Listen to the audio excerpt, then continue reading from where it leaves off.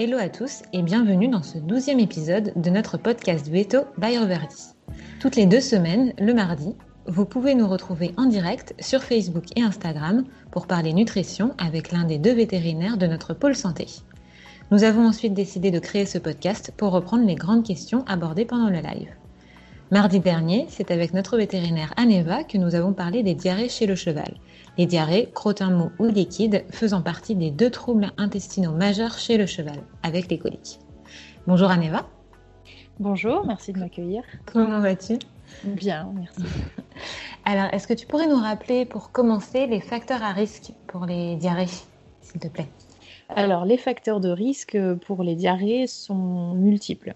On a les facteurs notamment infectieux, donc tout ce qui est parasites, bactéries, virus, etc.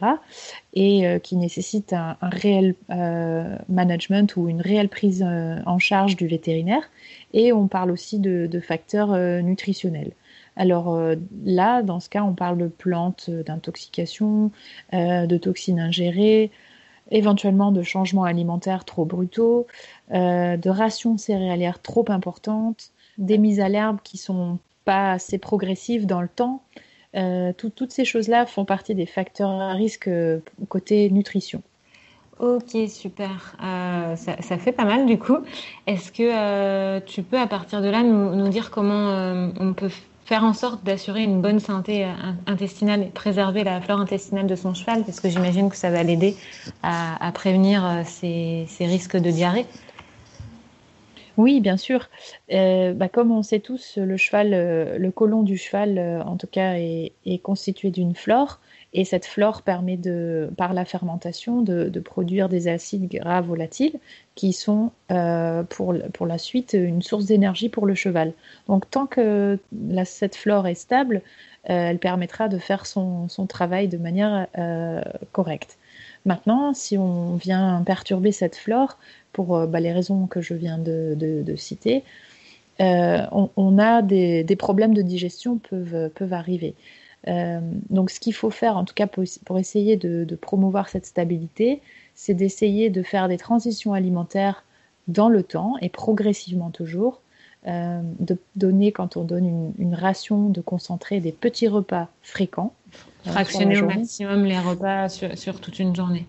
Oui, exactement. Okay. Essayer de garder 100 g d'amidon par 100 kg de poids vif, donc 500 g pour un cheval adulte classique de 500 kg par repas.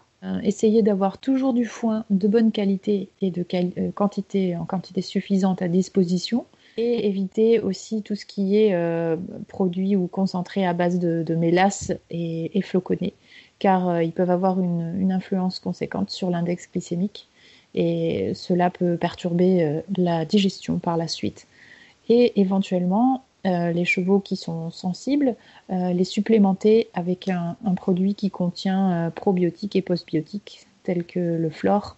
Et lorsqu'il y a un épisode de diarrhée clinique en cours, évidemment, si c'est une phase aiguë, il faut absolument qu'il y ait une gestion médicamenteuse et vue avec le vétérinaire, bien évidemment.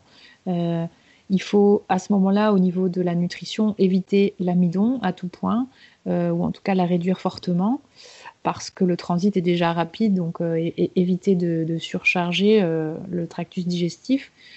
Choisir un foin digeste et suffisamment fibreux, donc contenant suffisamment de cellulose, apporter des probiotiques et postbiotiques au cheval, et faire en sorte qu'il ait accès accès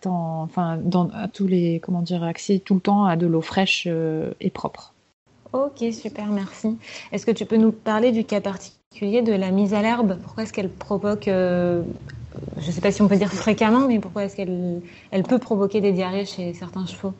Alors oui, l'herbe est composée de sucre, notamment de fructane. Donc, c'est un sucre qui est digéré un tout petit peu avant d'arriver dans le cæcum, dans le côlon, dans le gros intestin du cheval. Et les fructanes, en fait, sont normalement peu digérées avant d'arriver là.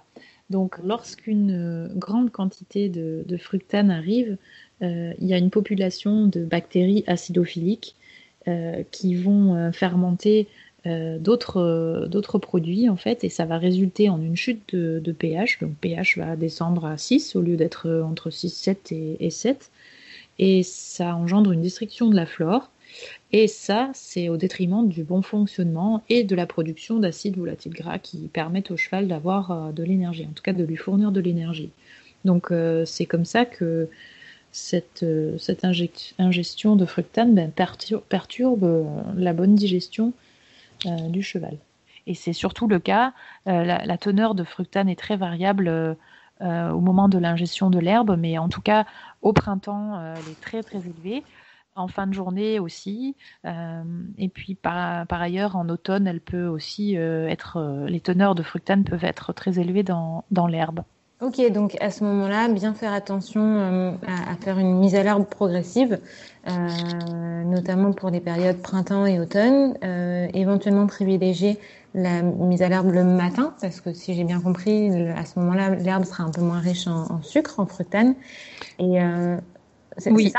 Oui, tout à fait, oui. Après, l'herbe est très variable, même dans un seul champ. Ouais. Les parties ombragées, par exemple, contiennent moins de sucre et moins de fructane. Enfin, c'est pas toujours très facile. Tout dépend aussi de l'exposition, des types d'herbes que contiennent les prairies. Il y a des types d'herbes, si elles sont naturelles, qui seront beaucoup plus variables en teneur que les types d'herbes qu'on aura réensemencées nous-mêmes. Donc, c'est pas toujours facile de bien pouvoir évaluer. Mais en tout cas, le mot d'ordre, c'est la mise à l'herbe progressive de préférence. Progressive, ok.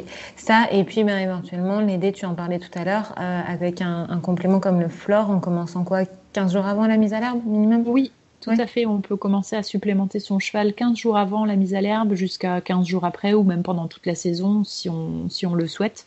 Après, voilà, ça c'est l'indication classique pour la mise à l'herbe. Ok, super. On rencontre aussi souvent des cas de chevaux qui ont des crottins plutôt bien moulés, mais accompagnés de jus avant ou après le crottin, donc vraiment très liquide. Est-ce que tu peux nous en dire un petit peu plus sur ce phénomène-là pour terminer ? Oui, c'est un phénomène qui est décrit de plus en plus fréquemment. Ça s'appelle le phénomène du free fecal water. Donc c'est de l'eau libre à côté du fécès, et c'est pas forcément connu pourquoi cela arrive. C'est juste embêtant pour le propriétaire du cheval, parce que voilà, on a l'impression que son cheval n'est pas bien. Parfois ses chevaux sont un petit peu même ballonnés, ou on a l'impression d'avoir des douleurs abdominales. Donc c'est vrai que c'est un petit peu embêtant. Maintenant, il existe des protocoles qui ont été validés pour essayer d'améliorer ou de retransplanter une bonne flore dans le cheval affecté.